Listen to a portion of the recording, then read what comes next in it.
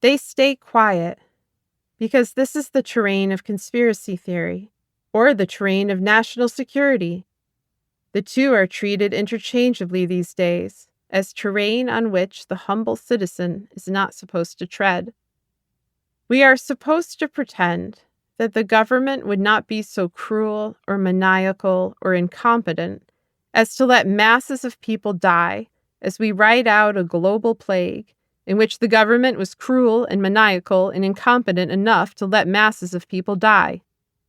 We are supposed to accept, somehow, a preordained scorched earth future and think it is normal that there is no urgency within the U.S. government to mitigate it, and accept, somehow, that other governments, in particular Russia, see the melting of the Arctic as an economic opportunity. We are supposed to ignore that the only condition in which the actions of elites make sense is one where they need to cull the herd before climate catastrophe rearranges the global order. We are supposed to treat the worst people in the world as good faith actors, in defiance of logic or compassion or history, and deny the obvious grim conclusions. For oligarchs and plutocrats and dictators, a depopulated Earth is easier to control. For accelerationalists and religious fanatics, the end of the world is desirable in its own right. These are mainstream objectives, held by people in positions of enormous power. If the reaction to COVID is a test for how the powerful deal with climate change, let the plague spread, deny people resources, and hold no one accountable for the damage, we are in tremendous trouble. Everyone is assured that a savior is coming, an agent of the Lord or the law. I cannot attest to the former, and I am pretty sure the latter broke down long ago. But I understand the rationalizations. It is a horrible feeling to be a pawn in someone else's plot masquerading as prophecy. Wouldn't somebody do something if it's really that bad? Yes, they would.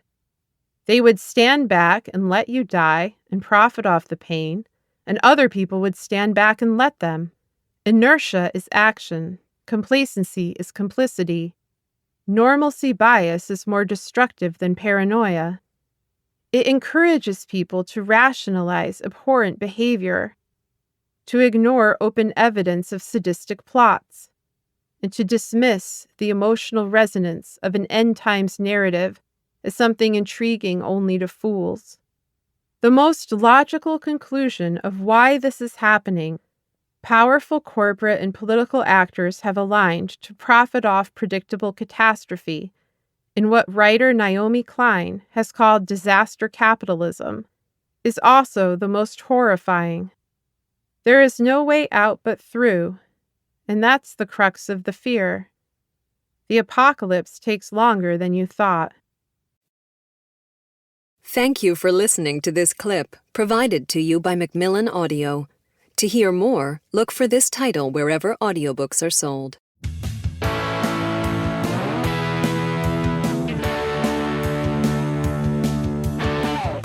I'm Sarah Kenzier, the author of the bestsellers The View from Flyover Country and Hiding in Plain Sight, and of the brand new book, They Knew: How a Culture of Conspiracy Keeps America Complacent, which is out now and which you just heard a clip of as the opening clip for this show.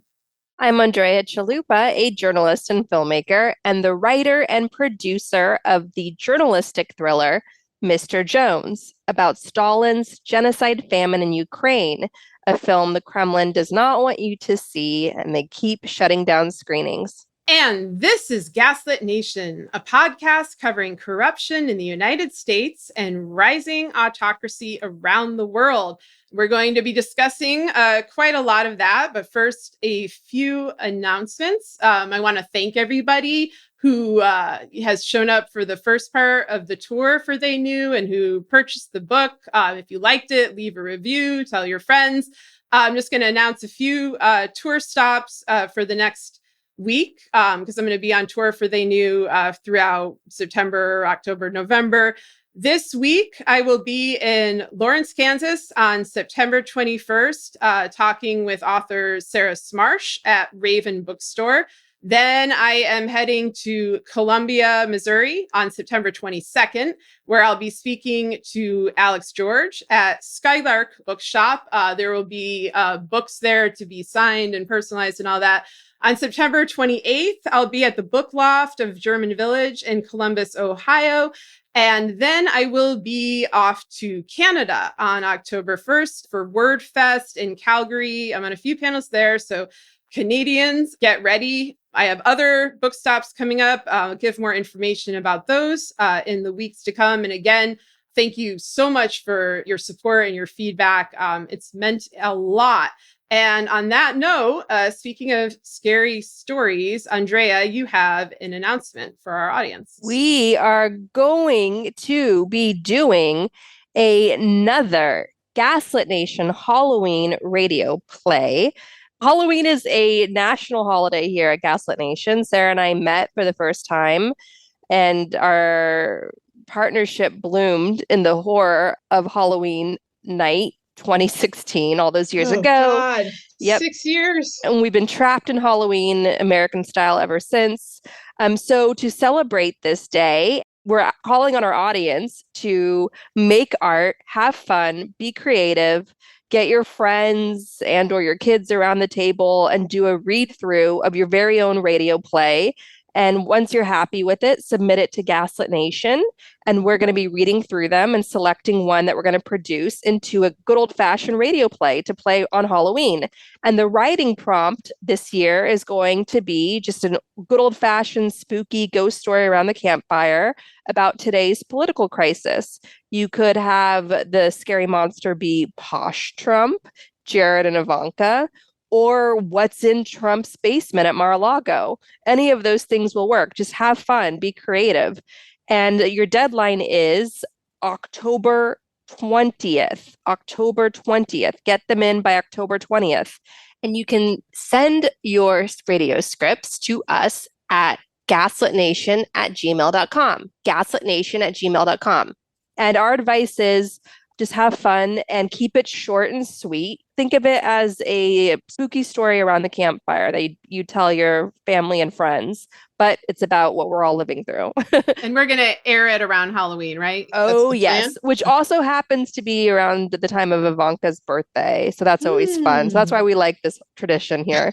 And then the other thing we're doing is if you're out there in your community, if you're helping candidates that you believe in, if you're helping organizations that you believe in, like let's say Run for Something, the Sunrise Movement, States Project, Indivisible, Swing Left, whatever group you're a part of, wherever you live, if you're helping strengthen our democracy wherever you live, let us know about it. Tweet at Gaslit Nation on Twitter. And from the people that send us what they're up to this big, important election season, we'll select a handful of these folks to come on the show, and we'll have a Gaslit Nation slumber party, and we'll talk about what we did to get through this critical time. Because remember, Roe versus Wade being finally overturned by the wannabe theocrats on the Supreme Court, that changed the map. We now have a good chance at expanding our majority in the Senate, which would finally make Manchin and Sinema irrelevant, which would be wonderful. And we have a strong chance to hold on to the House, barely, but we could do it. So imagine if President Biden, given all the big things he's done already, if we can all give him by coming together and doing what we can wherever we are to get out the vote, we could possibly expand majorities in the Senate and the House, and that would be a huge game changer, not just for us, but the world, because America still remains at this point in time the number one global superpower. So what we do has a big ripple effect. Remember, the races we win in these midterms, especially the all-important governor races, the all-important Secretary of State races in states like Pennsylvania, Michigan, Wisconsin, and Nevada, those races help determine protecting the White House in 2024. If you want to hold on to the White House in 2024, which is so crucial because you're also protecting Ukraine against a massive genocide, right? Because if you keep a Democrat in the White House, you're going to be protecting Ukraine, and you're going to be ensuring that we have a strong White House to take on Russian fascism. So if you want to protect the White House, if you want to protect global democracy, fight like hell now in these midterms, because those officials that are elected in all these key states, they're going to be protecting the integrity of our elections in 2024. All right. And now for the news. We weren't off last week, but we ran a pre-scheduled interview with me about They Knew. And a lot of things have happened since. And one of them has been taking forever. And that is the death and funeral of Queen Elizabeth, which has been going on for about 11 days. I think that it's ended. I'm not completely sure it's ended. My question is whether the monarchy is going to end, because this has been something to watch. Andrea and I are both fans of The Crown, of the TV series, and we've watched it, and we've actually learned some things from it, like that there were Russian agents hanging around Buckingham Palace, and they kind of just decided, we're going to look the other way. So some very familiar stories there, but it's been really interesting to see the reaction to the death of Queen Elizabeth, because there's never been a British monarch that has died in the social media era. I mean, there's really never been one that died in like the mass media era, period. And there's never been one that died after the colonial empire that Britain had created had been disbanded. And so for the first time, people from colonized lands that had to fight for their independence, from India, from Pakistan, from Kenya, Nigeria, Caribbean countries, so on and so forth, they're not necessarily mourning the Queen. They're, in fact, putting forth a lot of very assertive and, in my view, very accurate critiques of imperialism and colonialist abuses. And then getting incredible flack from the Murdoch-run publications, from the Piers Morgans of the world, from these British royalists and monarchists. And it's been really interesting to watch. There are, of course, people in Britain truly grieving, sometimes in very deep emotional ways. And, I don't judge that.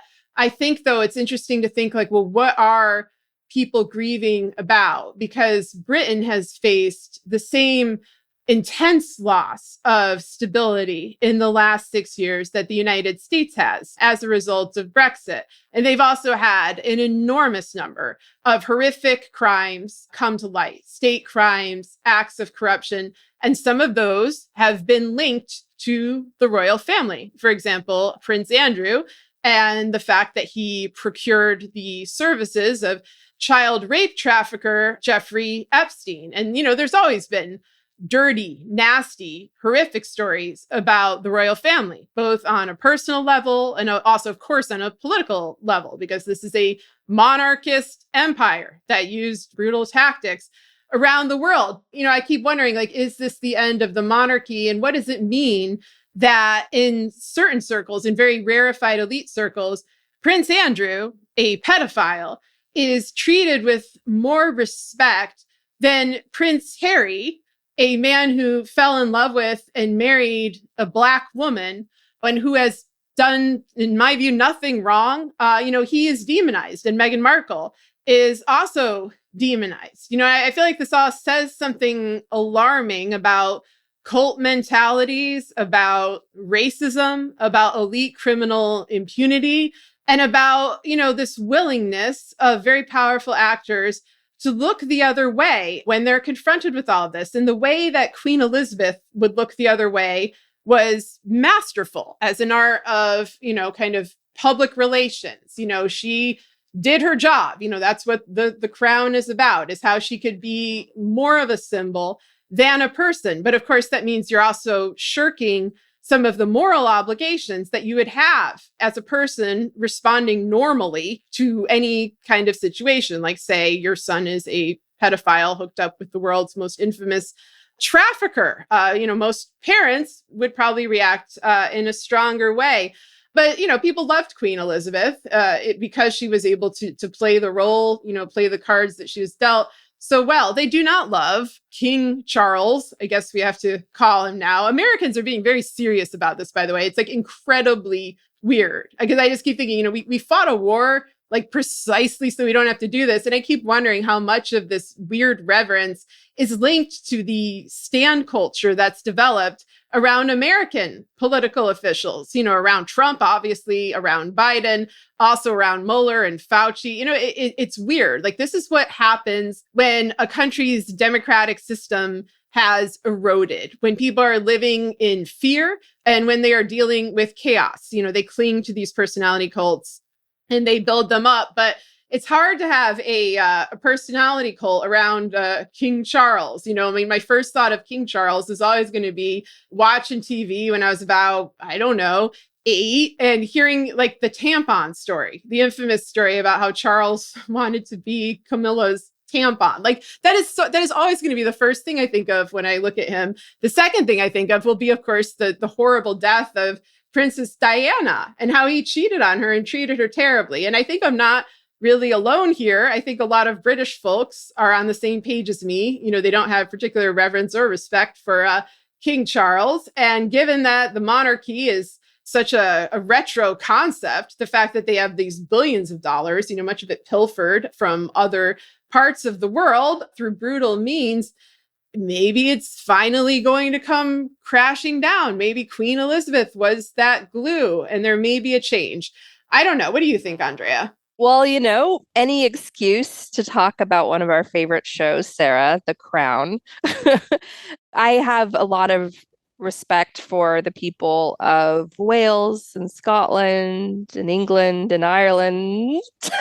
I didn't say Northern Ireland, but I think the times they are a changing, and I think the Queen is a fascinating person, given that through her strength of character brought a consistency to a time of radical change. And I think that was comforting on a deep psychological level for so many people. And that's why you see this outpouring of grief now. And obviously, Charles doesn't have that charisma. I do appreciate his wonderful activism for the environment. He's always had a passion for that. And it's genuine. And I think that will bring a meaningful element for the times that we're in. But I do worry that it's going to be radical because the crown is supposed to know its place, or else, because what if you have a future king who has fascism as a passion and tries to insert that? As much as Charles's wonderful climate consciousness is welcomed and sorely needed, there are ways that he could exercise that without creating a slippery slope that would endanger the wonderful separation, as I understand it, exists. I'm not like an expert on with Sarah and I just love having these conversations in general for fun. And we're very much team Meghan Markle through and through and team Harry. I think all of us, no matter where we are in the world, have to be sensitive to the fact that people are hurting, people are traumatized. The generation of young people that's coming up is going to grow increasingly impatient because they're the ones that have to grow up and exist over this next century when there's going to be massive impacts of climate change and massive destabilization brought on by that, by the shifting world order, shifting industries, the necessary and inevitable end of oil. And it's going to be just a time of constant disruption over the next century. And I have a hard time seeing the crown surviving that. And we'll talk about this in the show in relation to Russia. Russia is seeing a big pushback against its empire and a lot more cultural autonomy of a lot of states that they thought were securely under their thumb. And we'll go into that. And I think obviously countries like Wales and Scotland are going to want to reclaim their independence, especially given the exit from the EU. Scotland voted overwhelmingly against that, and now they're forced out of the EU against their own will. And I think that's going to have a lingering impact in the years ahead. So what we're not only seeing is possibly potential for the end of the monarch due to just changing attitudes, due to massive income inequality, due to decolonization, which is necessary, a global atonement that is necessary for us to heal. You're having greater consciousness, greater conversations around trauma, generational trauma. You have science playing a role in that and understanding how trauma is carried in our DNA and so on. And so I think it's going to be a time of great disruption. And I don't see how the monarchy, the royal family in the UK survives that. And I don't see how the United Kingdom itself survives that. So those are the two things that we might see in our lifetime, those two big changes.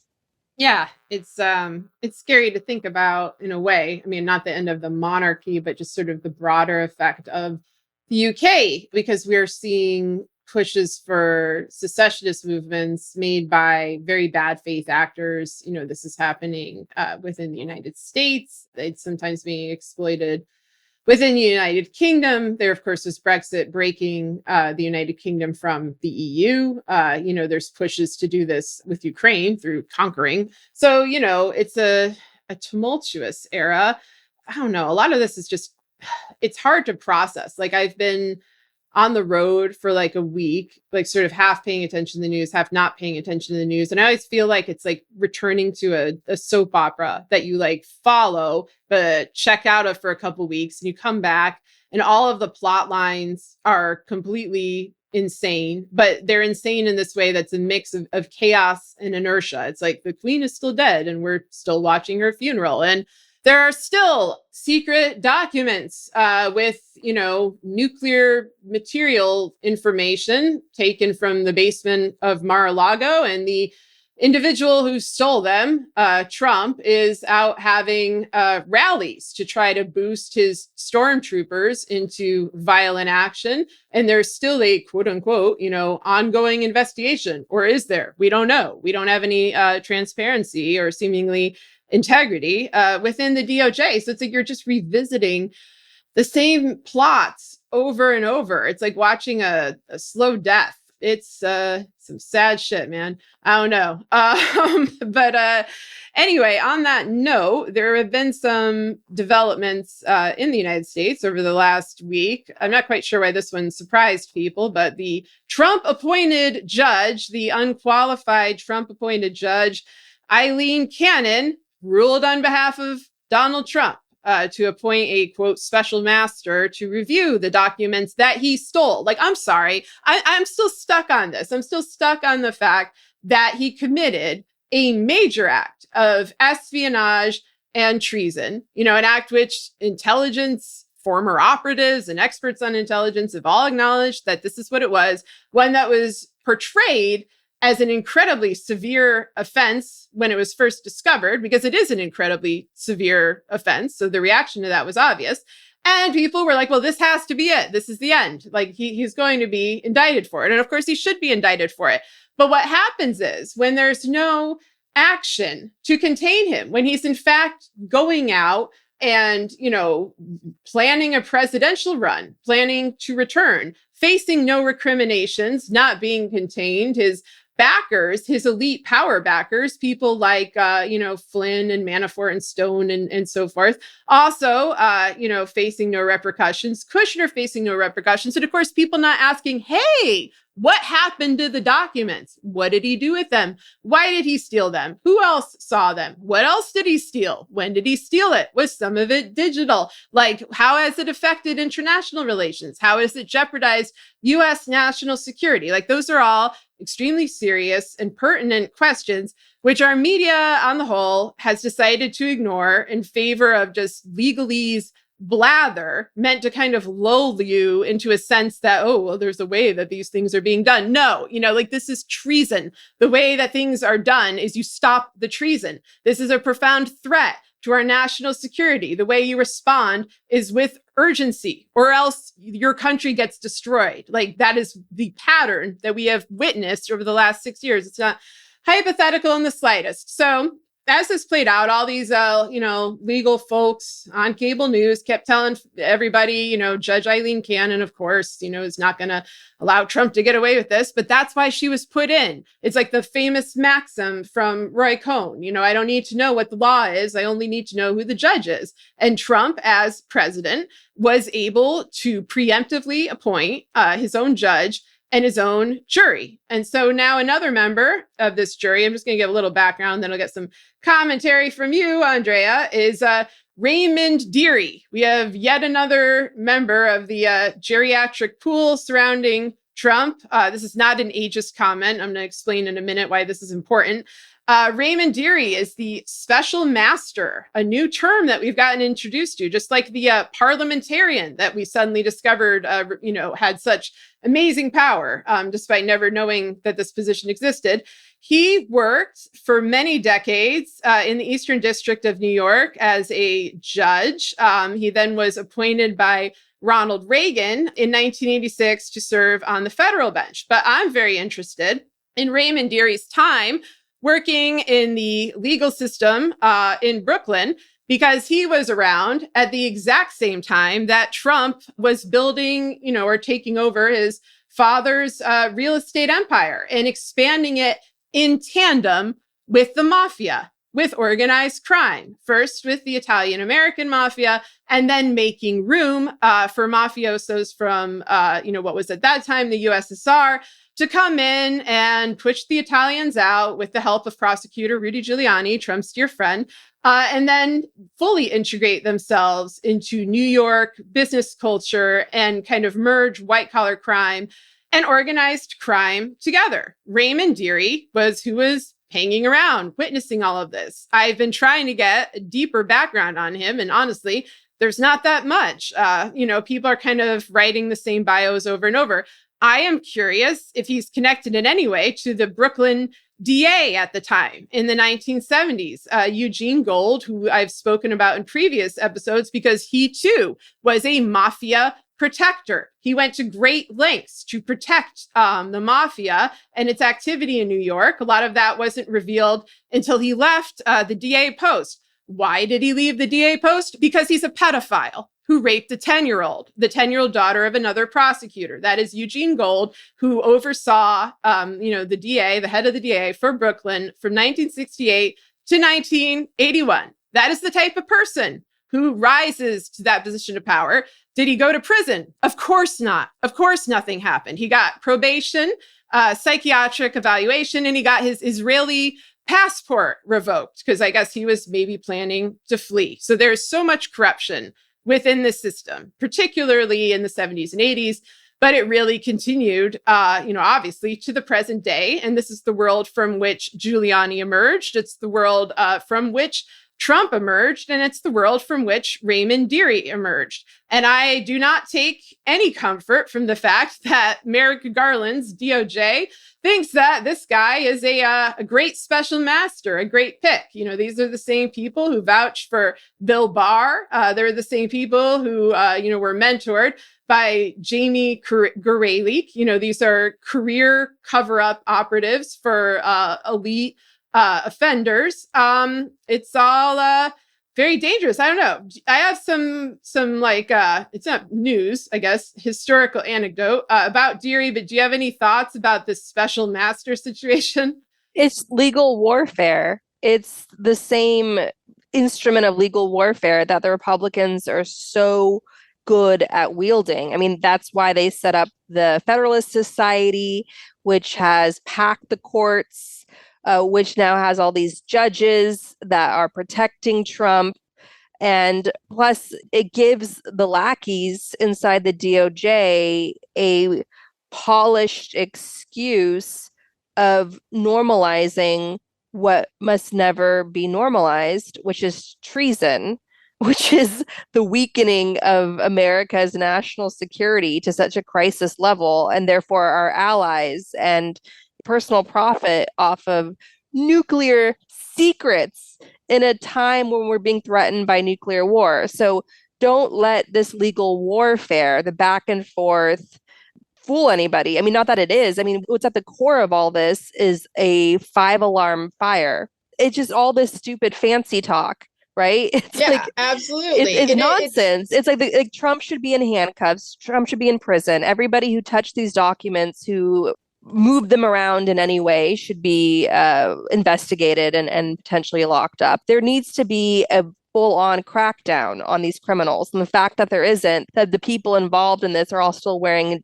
dainty gloves and sipping tea through all this legalese nonsense, is part of the crime. Yeah, it's honestly terrifying. And I really try hard not to scare our audience. Like, I know they end up scared anyway, just by the facts that we're relaying, but I try to leave like my emotions out of it. Obviously some things will terrify me. Like when COVID first appeared, that was genuinely very frightening. But like on a political level, I am more frightened now by the lack of repercussions for the Mar-a-Lago secret classified documents, the fact that we all know it, that, it was, the evidence is online. Trump is freely admitting to it. It's the latest in an endless series of profound national security threats and violations. It's decade number 5 of Trump committing crimes.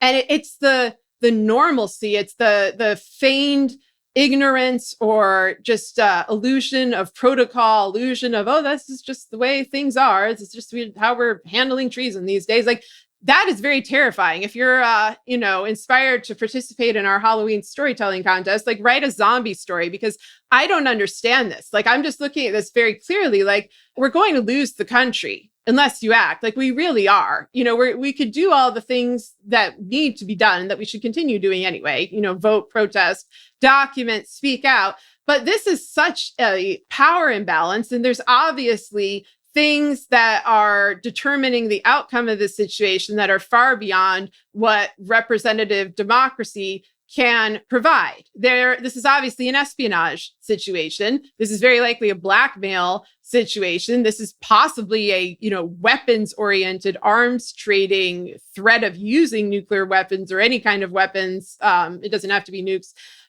Situation. And we're just sort of like sitting here, like, I don't know, listening to these people prattle on and on. And so, whenever I'm in that situation and it's very stressful, like I have lots of different hobbies. Like I like to do embroidery. I like to go hiking, and I like to vet people. Like I'll go on a vetting spree, and I feel so sorry for the people in my life who have to like listen to me be like, guess what else I found out? But there's something, I don't know if I'd say comforting. I mean, it is comforting to me to know the backstory of something. You see a situation like this. You see people behaving so wildly against common sense and against the collective good, and often against their self-interest, that you wonder, why? Like, why are you abandoning your country in this way? Why are you abandoning human existence in this way? Like, this is some strange behavior. So I tried to look up stuff on Deary, and folks also sent me some stuff via Twitter. So thank you if you're one of the people who did that.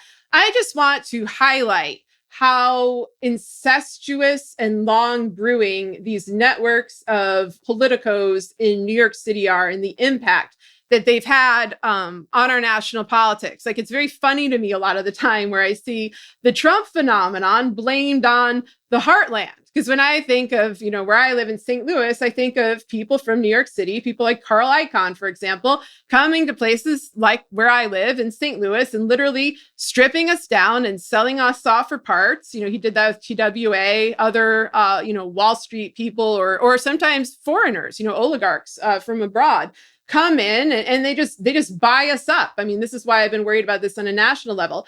And New York City and Wall Street, but also the political and legal system of New York City, is where a lot of this corruption comes from. So I'm just going to read an article from the Washington Post. This is from January 1983. And I'm just going to see how many names you recognize in terms of key people that are active in politics today. So the article is called Justice Ponders Charge Against Representative Schumer. And then it says, Justice Department officials are reviewing a U.S. attorney's recommendation that the federal government seek an indictment of Representative Charles Schumer, Democrat, New York, for allegedly misusing New York state funds to pay the salaries of workers in his 1980 congressional campaign, according to department sources. So that's very interesting. I did not know that Charles Schumer was under investigation by Reagan's Justice Department. But moving on, As an alternative to federal prosecution, department sources said officials are considering the possibility of giving the details of the investigation to local authorities. The use of publicly paid staff in campaigns, from congressional to presidential, long has been a sensitive political issue and one that law enforcement officials sometimes have ignored.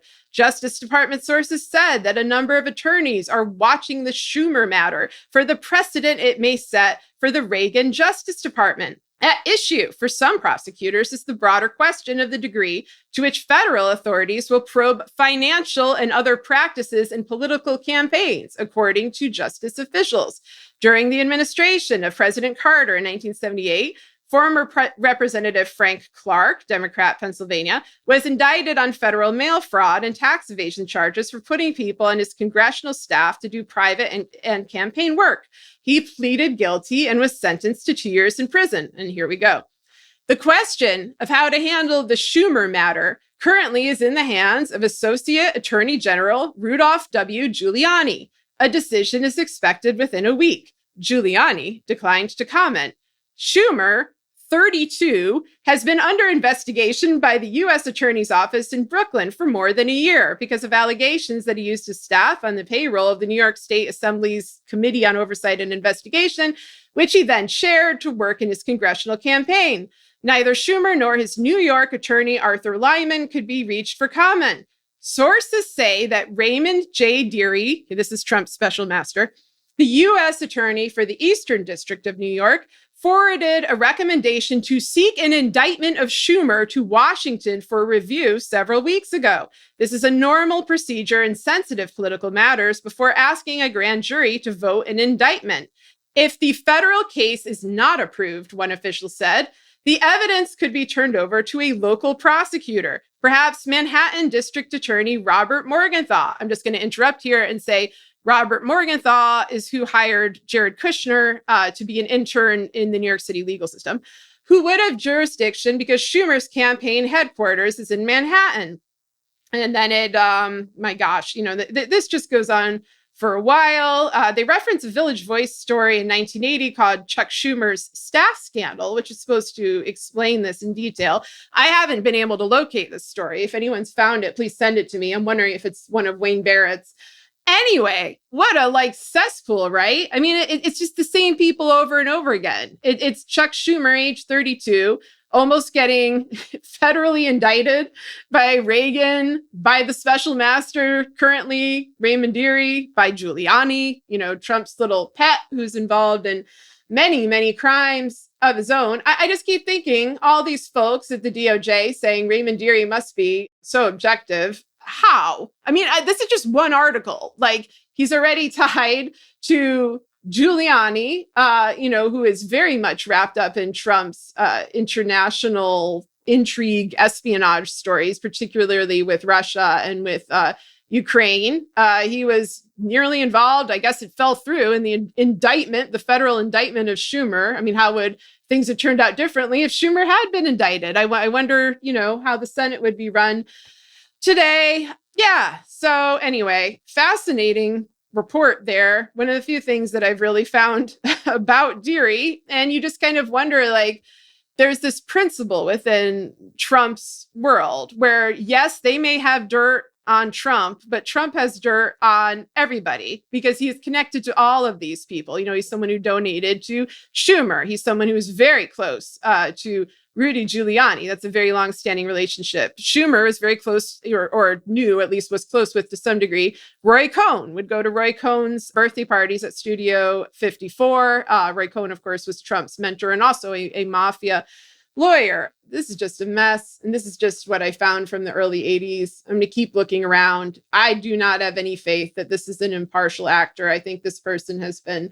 installed to protect not just Trump, but the broader institutional rot, these recurring characters. That's why I referenced the age. That's why I referenced the fact that this guy is 78 years old.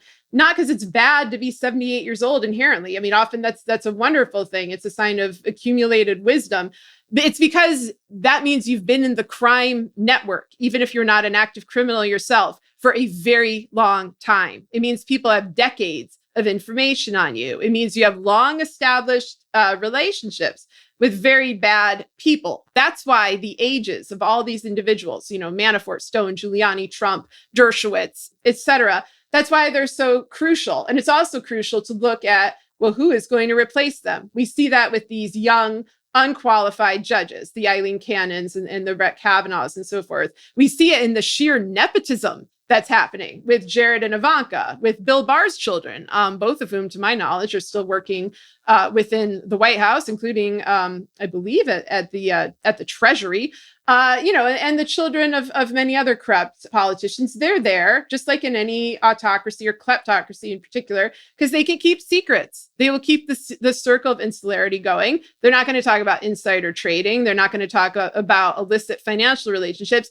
And they're definitely not going to dredge up the past in the way that I just did by digging through these old articles, which of course are paywalled for most people. I have to pay to read this thing. So a lot of this information goes unnoticed, but it is always worth getting the backstory, particularly with this group of people. You will find answers to our present day crises, especially the crises of why is no one doing anything. If you look into the past, you're also going to find things that, it's like looking at a Hieronymus Bosch painting on C-SPAN. Like that's what it feels like to me to delve into this mixture of, bureaucracy and just pure cold Luciferian evil, but it still provides the answers you need. So I recommend it. Speaking of evil, did you want to, do you have comments to that, or should we give the Russia update? Yeah, well, there's a lot going on with Russia, so let's move on to that. Are you ready? Are you ready? I'm ready for the news because I've only been listening to, blowhards prattling about how justice is coming. So I have no idea what's actually going on in the world. So please break through. Yeah, so there's some justice. So in recent weeks, Ukraine has been announcing to the whole world and putting out all sorts of really funny videos trolling Russia, saying, we're coming for you. We're coming specifically for an area in southern Ukraine called Kherson, the region of Kherson. And there's a big city there called Kherson. And it's one of the first areas that Russia grabbed in its full-scale invasion starting from February. And so why would Ukraine keep announcing we're going there, we're going to get you there, we're coming for you? What is the point of that? Well, what the idiots in the Russian military then did was this was basically a trap that Ukraine set. They were baiting Russia, and Russia fell for it because they're one of the worst militaries in all of human history, as we're about to see. So Russia takes the bait, moves their elite, the best that they have, like their only hope. They move the best forces they have over to Kherson to defend it. And as Ukraine is getting ready to chip away and putting all of their focus on Kherson, the Ukrainians then unleash a blitzkrieg in a different direction, going into a different region to the east called Kharkiv, which is a very important region as well. And they start picking off the Russians in this rapid advance, shocking the Russians, sending Russians fleeing for their lives back across the border, and just causing all sorts of chaos and self-destruction across the Russian military in that region. And it was just a shock for the whole entire world because no one saw this coming. And the Ukrainians were extremely skilled at this whole bait and switch operation. So long story short, the Ukrainians advanced in two significant directions, including this massive push in the east. And that advancement continues as we speak. The Russians are on the run. And unfortunately, as has been playing out in all other areas where Ukrainians have liberated formerly Russian-occupied areas, what comes now after the victory, the gut-wrenching, heartbreaking, inevitable discovery of mass graves, which are unfortunately, these mass graves are extremely important investigation sites for the war crimes, the genocide that Russia is carrying out. Several of the bodies uncovered from these mass graves show signs of torture, signs of violent death. There are witnesses, survivors, who are now important witnesses in these investigations describing torture. It's all very Stalinistic. It's all very KGB, very Soviet. because that is what Russia is trying to cling to. They're trying to cling to the Russian Empire during the Soviet days. There have even been Soviet flags that have been uncovered in some of these areas that have been brought down. What is Russia's reaction to not only losing in Ukraine, but losing badly? Well, out of desperation, Russia is now scrambling to call these fake referendums like they did in Crimea. Crimea was a referendum by gunpoint. Crimea was annexed by soldiers. That people were tortured, people disappeared, people were kidnapped and taken to Russia as political prisoners. It was not a referendum, even though so many in the Western press fell for it and used this gaslighting Kremlin propaganda language, calling it a referendum. It was an invasion, it was an annexation, plain and simple. And so now Russia is desperately trying to hold referendums in the areas currently occupied in Ukraine, even though it makes no sense to do this because the Ukrainian military is on the march and is going to continue to chip away at liberating these areas. So it's really, it's almost like holding a referendum in Kiev. You know what I mean? It's like, yeah, you can say you did it, but it's absolutely meaningless. And those areas are going to be liberated along with Crimea. And I have to point out, it's extremely important that Ukraine liberates all of its land, every single inch of its land, including Donbass and the eastern edge of Ukraine and Crimea, the Black Sea Peninsula. Why is it so important? Well, because now is the time. The Ukrainian military is warmed up. The Ukrainian military is armed. The Ukrainian military is trained. They have to now complete the job. If they do not complete the job by liberating every single inch of their territory, then the Russian military is going to use these occupied areas in Donbass and Crimea to regroup and relaunch a genocidal invasion 10 years from now. Russia needs time. Russia needs to buy time. Russia's losing horribly. What's happening right now with Russia is considered already one of the worst military disasters in modern history. Russia is putting itself through the humiliation and the impressive speed and strategy of Ukraine's military. These are events unfolding now that are going to be studied generations from now by military historians. It's extremely spectacular what's happening. It's like all of us that were watching these events unfold that are completely caught off guard by this surprise advance. We're just like witnessing history in the making. It was just shocking, just village after village, city after city with the Ukrainian flag going up.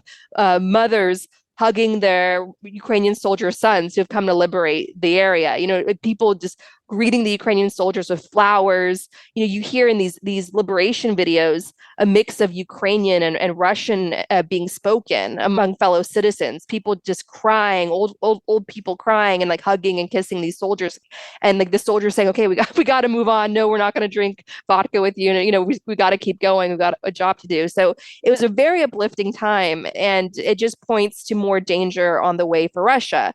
What's happening now is that there's now talk of a serious effort to mobilize troops, to do a mass mobilization in Russia, something that Putin cannot afford to do politically, because right now the Russian population, especially in St. Petersburg and Moscow, they're content to just club the night away, you know, just dance the night away, go to bars and just live their lives, as long as this genocidal war doesn't affect them directly. You know, they had a bit of a panic when IKEA and other big stores left, and they did a big run on the IKEA stores to make sure that they were stocked up. But other than that, they're basically trying to acclimate as much as they can to the horror show of sanctions on top of a pandemic, on top of global inflation and so on. But if the war starts coming to them in terms of European visa bans to Western European countries, or they're forced to go be cannon fodder for the Kremlin, that changes things. That starts to really alienate Putin and his court of oligarchs. And we're already seeing elected officials in St. Petersburg and Moscow risking jail time by speaking out, saying that Putin is outdated and that Putin is out of touch, that his war is useless. You're already seeing a lot of frustration on Kremlin TV. You're seeing a lot of people pushing back on Kremlin TV, saying we're we're losing. Maybe Ukrainians don't like to be told that they don't exist or don't matter as a country. Maybe Ukrainians don't like a genocide. We've got to really rethink things. So, you even have like the biggest, most respected pop singer out in Russia speaking out against the war. And now on top of that, to add a mobilization where people are forced to fight or they're thrown in jail or their families are thrown in jail, that's going to be a powder keg moment to an already destabilized moment for Putin. So Putin's done. Like the best thing Putin can do right now is try to orchestrate an exit, try to find a country that will let him basically live out the rest of his life in peace somewhere in his stolen fortune. Like that's the best chance Putin has right now because there's no other way to survive this. One of the reasons why so many people didn't see this total war invasion coming, even though US intelligence was saying, no, no, no, they're going for it. The reason why so many, including Ukraine, including a lot of military experts in Ukraine, were like, what are, a lot of Ukrainians were like, what is the US going on about? There's no way Russia's going to launch a full-scale invasion. The reason why that seemed so preposterous is because of what we're seeing play out now, right? It's sort of like, wait, you're telling us Putin is winning. Putin has the world in the palm of his hands. Putin has bought off everybody he needs to have bought off. He's had 20 years of spycraft where he's increased Russia's corrupt influence around the world, where, he's still going to the Olympics. His oligarchs are owning all these football clubs. His oligarchs are getting their names on universities and cultural institutions and all these fancy Western capitals. He owns all of these Western politicians. He's got the Republican Party. He brought a president, Donald Trump, to power. You're telling us that Putin is going to throw all of that away and become a pitiful global pariah to take a massive gamble on a war he could absolutely not win. You're saying that Putin's going to throw all that away and it basically be a Napoleon at Waterloo? That's not going to happen. I remember talking to a Russian friend and saying, what do you think is going to happen? Do you think US intelligence is right? And my Russian friend who's active with the Russian resistance, he was like, no, there's no way Putin's going to unleash total war because that would be the end of Putin.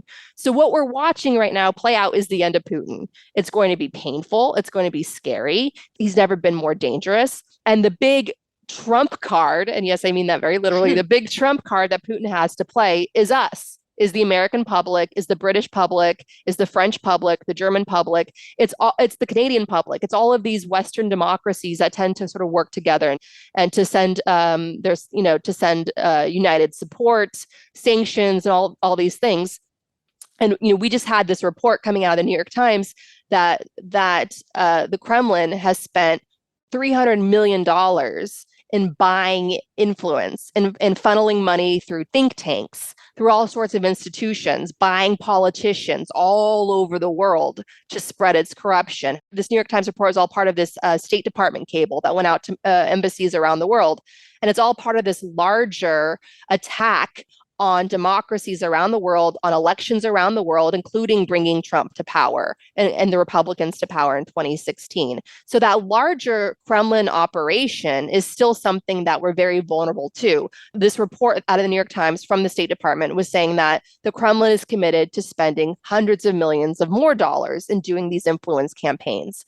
That's their hope, is if they could buy off the White House, if they can install their guy back into the White House, if they can get the Republican Party back in power in Congress, and they can do that to all of these far-right groups, if they can further inflame far-right movements around the world that would weaken democracies from within, what does that do? That erodes meaningful support to Ukraine, which is allowing Ukraine to win this war. That would erode any accountability for the Kremlin, and that would allow Putin to make a comeback. Is it possible for Putin to make a comeback? Yes, absolutely, because people are greedy and people are very easy to buy off. Greed is a hell of a drug. We're seeing that now with Trump walking around free and doing rallies and continuing his big operation, right?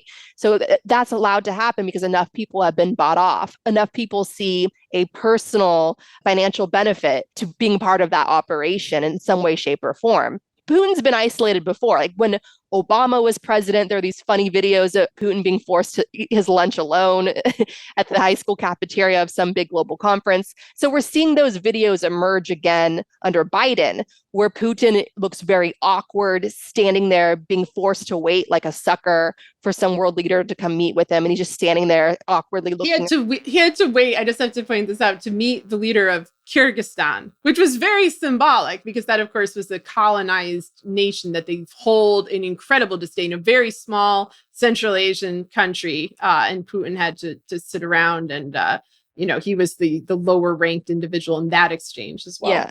So all the countries that historically Russia treats like little bitches, like colonies, they're now treating Putin like a little bitch. And there's video.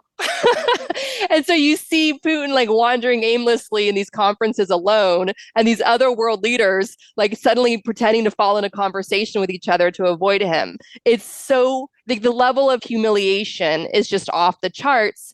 And in Russia, the way the psychology works in Russia is they need a strong leader. They want a strong, tough guy leader. When you had Navalny's documentary come out called Putin's Palace, the reaction of many Russians was like, oh, that's badass that our czar lives in some big sprawling mansion and has all that wealth and power. Well, now Putin looks impotent. Putin looks scared. Putin looks sad. Russians don't like sad Putin. The KGB dictatorship that rules Russia, this is a big blow to these guys. And so that's why you're seeing a lot of these deaths, these mysterious murders of all these Gazprom executives and all of these executives across the board, because the going is good now. You've got these turf wars that are coming up because the strong man is now weak. There's no central cop to hold things together. And so people are going for what they want. And they don't see Putin as a barrier to that anymore. And that's happening not only internally across Russia with these mysterious deaths, but it's also happening in the region. So in Russia's neighborhood, you have Russia's answer to NATO, which is an organization called, some super catchy title, the Collective Security Treaty Organization, CSTO. That's Russia's answer to NATO. It's 6 post-Soviet countries: Armenia, Belarus, Kazakhstan, Kyrgyzstan, Russia, and Tajikistan. Well, some of these countries are at war with each other now. You have Armenia is under attack from Azerbaijan over a disputed area. You have, let's see, what else? Tajikistan attacking Kyrgyzstan. Yeah, another border dispute. Guess who is coming in to meet with Armenia and Azerbaijan? Normally, it would be Russia. Normally, Russia would be brokering this peace deal. It's their coalition of countries. It's their backyard. They feel this historical colonial ownership of this area. But guess who's been brought in to talk peace because the situation is becoming increasingly desperate? Our own Secretary of State, Antony Blinken, was called in to try to broker some peace deal because Russia can't keep its shit together anymore with this organization. It's completely spread thin. And these other countries are responding to the Russian vacuum, the Russian decline of imperial power, by going loose, basically. People are wilding out. That's what happens when you have the decline of empire. When you remove that structure, when that structure weakens, it's a big Pandora's box of issues now, and it's destabilizing. And that's what's playing out now. And as part of that big push is you have decolonization efforts. You have leaders of some of these countries speaking their own native languages other than Russian and pushing back against Russian. You have videos of Russian tourists in places like Kazakhstan getting harassed for having the Z symbol supporting the fascist invasion of Ukraine. So Russia's losing. Russia's losing across the board. On top of that, Russia's been pulling out its shitty troops from Syria so they would fight in Ukraine. And so their little pet Assad is vulnerable now. And Iran is trying to come in and fill that void. Well, what's happening in response to Iran filling up that Russian void in Syria? You know how Israel regularly bombing Syria, taking advantage of the Russian vacuum, the Russian retreat. And so the whole point is that no one believed that Putin would be so stupid to do what he did because it's self-destruction. And that self-destruction is playing out across the board. The Russian Empire is receding. The Russian Empire is self-destructing. And this whole idea of now they're going to mobilize troops, they're going to force more Russian citizens, the poor of the poor, the colonies inside the Federation of Russia. They're going to force these poor kids to be cannon fodder for their war. They're forcing prisoners to go die this horrific death. Imagine prisoners being forced into an army to go fight a genocidal war. What do you think those prisoners are going to do once they get there? They're going to be shooting their commanders. They're going to be shooting the other soldiers. They're going to be stealing from each other. We're already seeing turf wars among the different factions of the Russian military, of these Russian forces fighting each other over the loot they're stealing from the Ukrainian people, over the washing machines they're famously stealing from the Ukrainian people as they're carrying out these war crimes. So it's this Mad Max wasteland. And when you have a situation like that, it just signals self-destruction and a ticking time bomb. On top of all that, it's like Russia still suffers from a massive logistics issues. Russia suffers from outdated equipment. Russia suffers from sanctions designed to bite into its big war machine. So they can't rebuild all the equipment that they need. They lack all of the stuff they need to have this well-oiled, functioning military industrial strength because of the sanctions. So they can't replenish. You have massive corruption. Simply put, Russia is being hit with several crises, and it's attempting quick fixes that will inevitably fail. And essentially, Russia, as we know it, the days are numbered. It's going to be very painful in the years ahead. And the best way to ensure that Putin is either forced into exile or that Putin gets a trip out of a 3-story window. I don't know, like basically to hurry it up and put Putin's dictatorship out of its misery, there needs to continue to be a full-scale support for Ukraine. The US support, especially with long-range missiles that Ukraine is using brilliantly to destroy the Russian war machine, all of that needs to continue. Russia needs it to stop. So what you're going to see is massive disinformation, and it's going to be the usual broken record that Russia likes to use against Ukraine. You're going to see, the Ukraine Nazi bullshit. Listen, if we woke up tomorrow morning with Ukraine's far-right problem instead of America's far-right problem, we would all sleep at night like babies, right? Every country on this earth, including the utopia of New Zealand that all the billionaires are trying to buy citizenship to, all the countries on earth, including the Nordic nations, like the socialist democracy paradises of the Nordic nations, every single country on earth has a far-right problem. They're everywhere. It's a virus. It's everywhere. Ukraine is no exception. Yeah, of course they're there like they are everywhere. It's about orders of magnitude. America has the crisis. Ukraine does not have a far-right crisis. America has a far-right crisis. Any of us would switch the far-right problem with Ukraine any day, and we'd all have a much more stable and healthy place to live. If you ever see those stupid videos pop up about, look at these Nazis in Ukraine, a lot of them are obviously photoshopped, or they're blatant lies. So a good expert to lean on to find out what's real, what's not, is an expert who's been on the whole far-right Europe case long before it became, unfortunately, a fashionable area to research. He was there since the beginning. His name is Anton Chekhovstov. He's the director of the Center for Democratic Integrity and the author of Russia and the Western Far Right. He's a wonderful person to follow on Twitter. We'll be adding a link to his Twitter profile in the show notes for this week's episode. God bless him, because at any time some idiot on the far left or the far right posts some Ukraine Nazi video that's clearly bullshit, he'll pop into the comments and be like, actually, I'm here to fact check this. It's not. It's like you're making shit up. So he's a wonderful expert to follow during this time, because Russia really, they have disinformation. That's what they have. It's cheap and it's unfortunately effective. You're also going to see corruption stories coming out of Ukraine. No shit. Ukraine is a country that's struggling to come out of Kremlin corruption, just like America is speeding towards Kremlin corruption. There's inevitably going to be corruption there. It's this country that's fighting for survival right now. Of course, you're going to have pirates in that mix, but overall, Ukraine's institutions are strong, all things considered, and the military, as we've seen, is making history. So all the money that nations around the world are investing in Ukraine, we're getting a massive return on investment. And that's all of us together making that history, given the support we're giving the country. The Kremlin is even saying that monkeypox came out of Ukraine. Okay, that's how off the wall things are going to get in the disinformation space on Twitter, on all the places we like to hang out.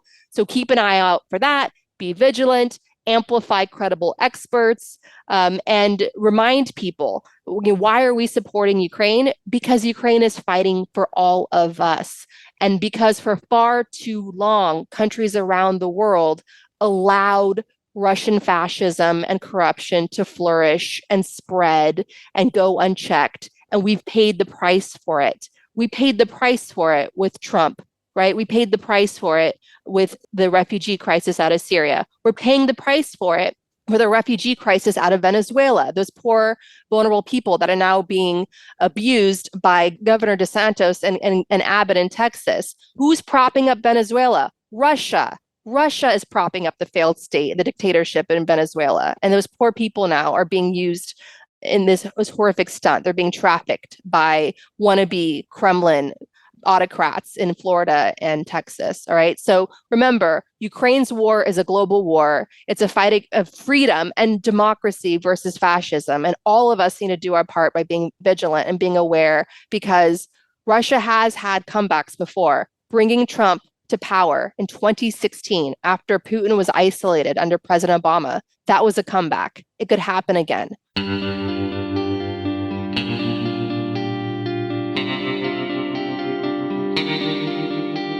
Our discussion continues, and you can get access to that by signing up on our Patreon at the Truth Teller level or higher. Pakistan has been decimated by record floods, and people need help. To help the victims of the floods, donate to Pakistan Emergency Flood Aid at www.launchgood.com/campaign/Pakistan_emergency_flood_aid. Climate and economic crises are everywhere, so please consider supporting your local food bank as well. We encourage you to help support Ukraine by donating to Razom for Ukraine at razomforukraine.org. We also encourage you to donate to the International Rescue Committee, a humanitarian relief organization helping refugees from Ukraine, Syria, and Afghanistan. Donate at rescue.org. And if you want to help critically endangered orangutans already under pressure from the palm oil industry, donate to the Orangutan Project at theorangutanproject.org. Gaslit Nation is produced by Sarah Kenzier and Andrea Chalupa. If you like what we do, leave us a review on iTunes. It helps us reach more listeners. And check out our Patreon. It keeps us going. Our production manager is Nicholas Torres, and our associate producer is Carlin Daigle.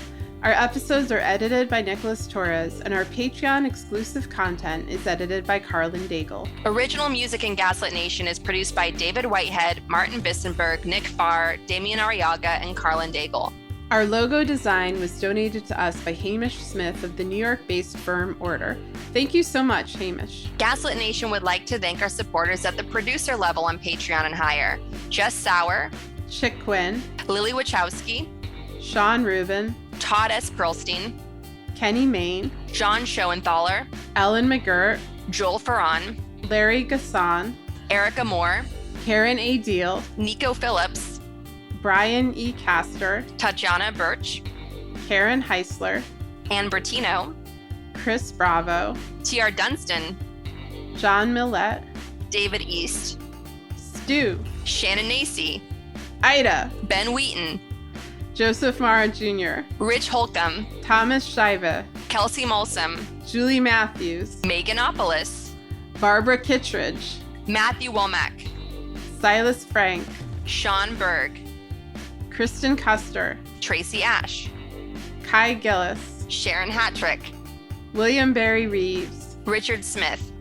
Emmy, Kevin Gannon, Mike Christensen, Sandra Collins, Katie Masuris, John Laughlin, James D. Leonard, Leo Chalupa, Carol Gulstad, Michael Woldridge, Jason Benke, Marcus J. Trent, Joe Darcy, Ann Marshall, Jeremy Lewis, Joel Newman, Trigve, D.L. Singfield, Matt Perez, Nicole Spear, Brian Tajuden, Maureen Murphy, Abby Road, Jans Alstrup Rasmussen, Victoria Olson, Z.W., Lisa LaFlame, Kathy Kavanaugh, Sarah Gray, Mike Tripico, Diana Gallagher, Jennifer Ann Luter, John Ripley, Ethan Mann, David Porter, Kate Cotton, Leah Campbell, Lynn Schneider, Jared Lombardo, Karen Humphreys, and Tanya Chalupa. Thank you all for your support of the show. We could not make Gaslit Nation without you.